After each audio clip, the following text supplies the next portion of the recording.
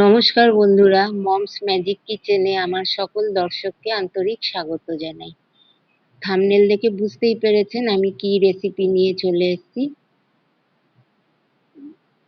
এবারে দেখুন ইনগ্রিডিয়েন্টস: কেটে রাখা মিষ্টি কুমড়ো, খানিকটা নারকেল কোড়া, খানিকটা চিনেবাদাম এবং কাঁচা লঙ্কা চেরা।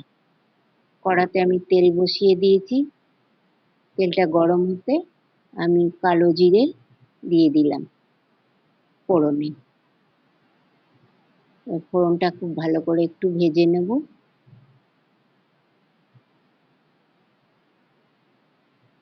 ভাজা হয়ে গেছে। এবার আমি কেটে রাখা কুমড়োগুলোকে কড়াতে দিয়ে দিলাম। দিয়ে খুব ভালো করে নাড়াচাড়া করে কুমড়োগুলোকে ভাজা ভাজা করে নেব। কিছুক্ষণ সময় নিয়ে আমাকে নাড়াচাড়া করতে হবে বারবার করে। কুমড়োগুলো সামান্য একটু ভাজা ভাজা হলে তারপরের পর্যায়ে আমি আপনাদের বলতে থাকবো। আপনারা ভিডিওটি দেখতে থাকুন।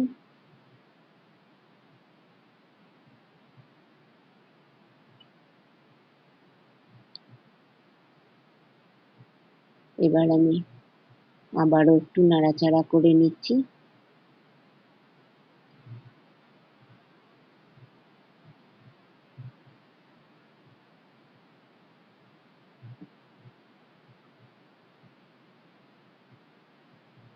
কমিয়ে বাড়িয়ে বার্নারের নবটা কমিয়ে বাড়িয়ে ভাজা ভাজা করতে হবে।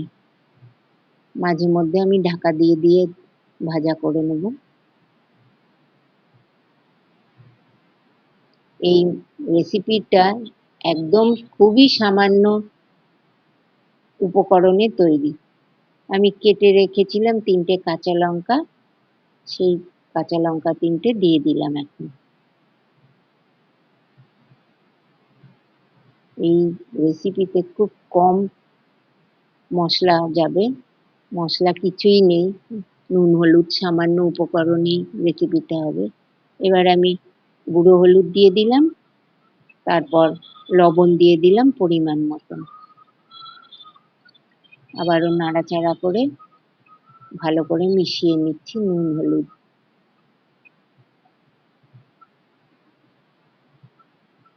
এবার আমি একটা ঢাকনা চাপা দিয়ে দেবো।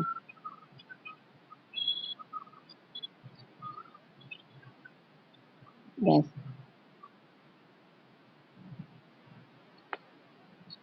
এবার নবটা কখনো বাড়াবো কখনো কমিয়ে আমি সিমে রেখে কুমড়োটা ভাজা ভাজা করে নেব, যাতে কুমড়োটা সেদ্ধ হয়ে আসে, মজে যায়।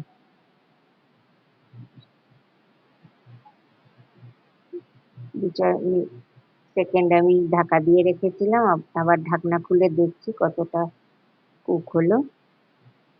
আবার নাড়াচাড়া করে নিচ্ছি, অনেকটা হয়ে এসছে, এখনো 4-5 মিনিট লাগবে সময়।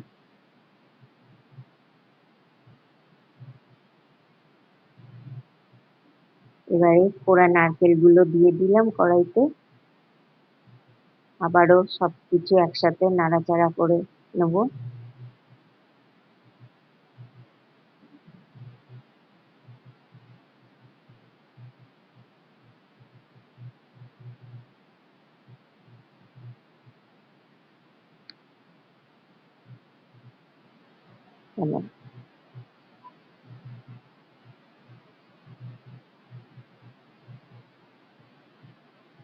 কুমড়ো আর নারকেল খুব সুন্দর করে ভাজা ভাজা প্রায় হয়ে এসেছে।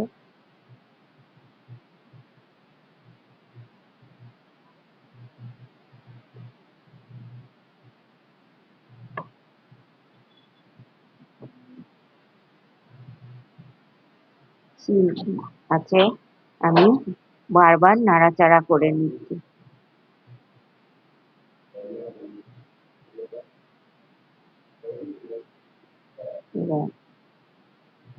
অনেকটাই মজে এসেছে সবজিটা। বারবারই আমি নাড়াচাড়া করছি আর ঢাকনা চাপা দিয়ে ঢেকে রাখছি।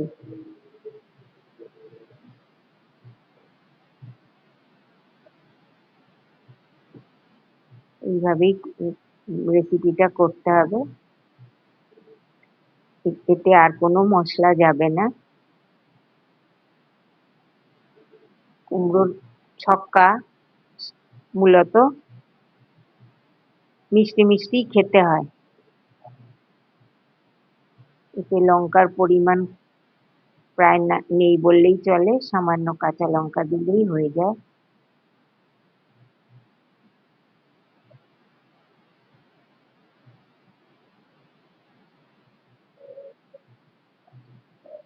আবার আমি ঢাকা চাপা দিয়ে দিলাম। কিছুক্ষণ পর ফিরে আসছি।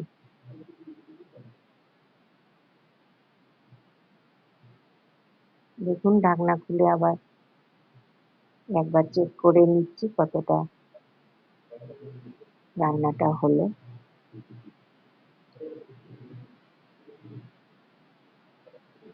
কুমড়ো ভালোভাবেই সেদ্ধ হয়ে গেছে দেখছি। একটু ভেঙে ভেঙে দিচ্ছি।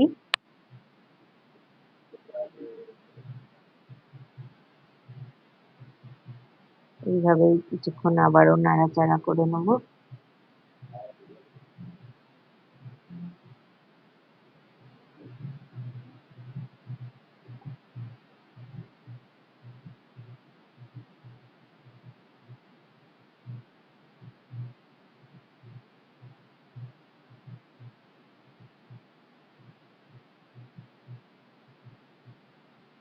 এই রেসিপিটা বন্ধুরা লুচি পরোটার সঙ্গে তো অনবদ্য লাগে খেতে, ভীষণ সুস্বাদু হয়, ভাতের সাথেও খাওয়া যায়।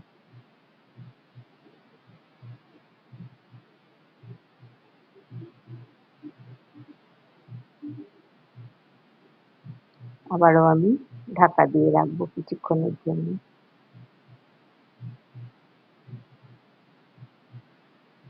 ঢাকনা খুলে আবার দেখছি পরবর্তী পর্যায়ে কত দূর হলো। এখন দেখতে পাচ্ছেন অনেকটাই মজে গেছে। এবার আমি সামান্য পরিমাণ চিনি দিয়ে দেব, কারণ এই রেসিপিটা মিষ্টি মিষ্টি খেতে হয়, এটা ঝাল ভালো লাগে না খেতে।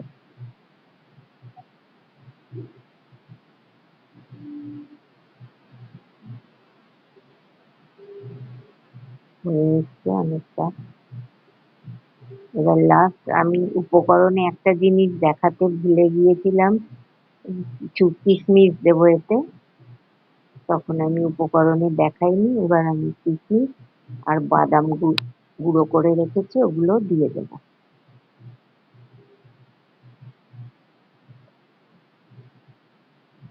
দেখুন ঢাকনা খুলে দেখছি আবার একদম হয়েই এসেছে। এবারে আমি কিশমিশ কিছুটা দিয়ে দিলাম আর বাদামটা গুঁড়ো করে রেখেছিলাম সেটাও দিয়ে দিলাম। এবার খুব ভালো করে সব একসাথে মিশিয়ে নেব। আমার রেসিপি মোটামুটি কমপ্লিট।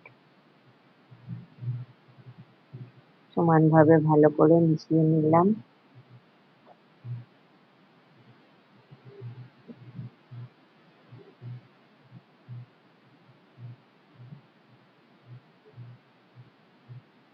দেখুন খুব সুন্দর হয় খেতে।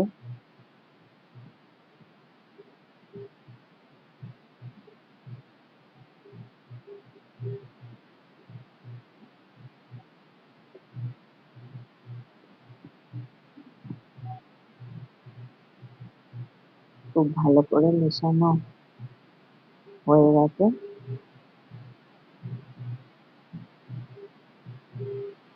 সবজিও খুব ভালো করে মজে গেছে। নারকেল কোড়া, বাদাম আর কিশমিশ খুব ভালো করে সব সবজির সাথে মিশে গেছে।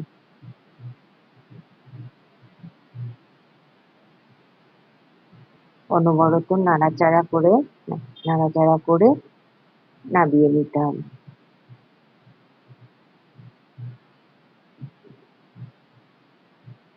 রেডি হয়ে যাচ্ছে বন্ধুরা।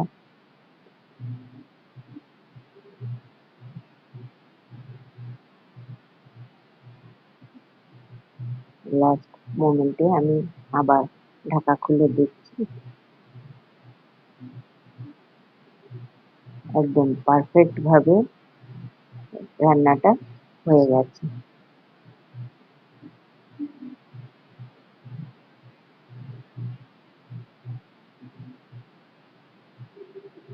দেখুন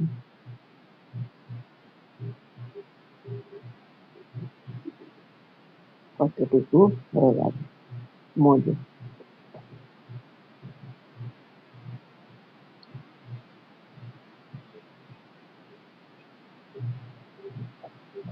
এবারে আমি সার্ভ করছি।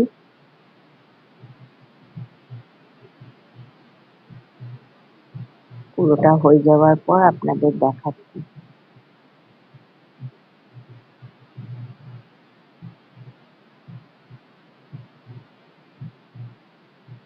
এই যে ফাইনাল লুক, দেখুন কি সুন্দর লাগছে, লোভনীয়। যারা যারা আমার ভিডিওটি শেষ পর্যন্ত আমার সঙ্গে ছিলেন তাদের প্রত্যেককে আমি আমার চ্যানেলটি সাবস্ক্রাইব করার জন্য অনুরোধ করছি। ভিডিওটি ভালো লেগে থাকলে লাইক, শেয়ার ও কমেন্ট করবেন। পরবর্তী ভিডিও নিয়ে খুব শিগগিরই আসছি আপনাদের সামনে। আজকের মতো এখানেই শেষ করছি।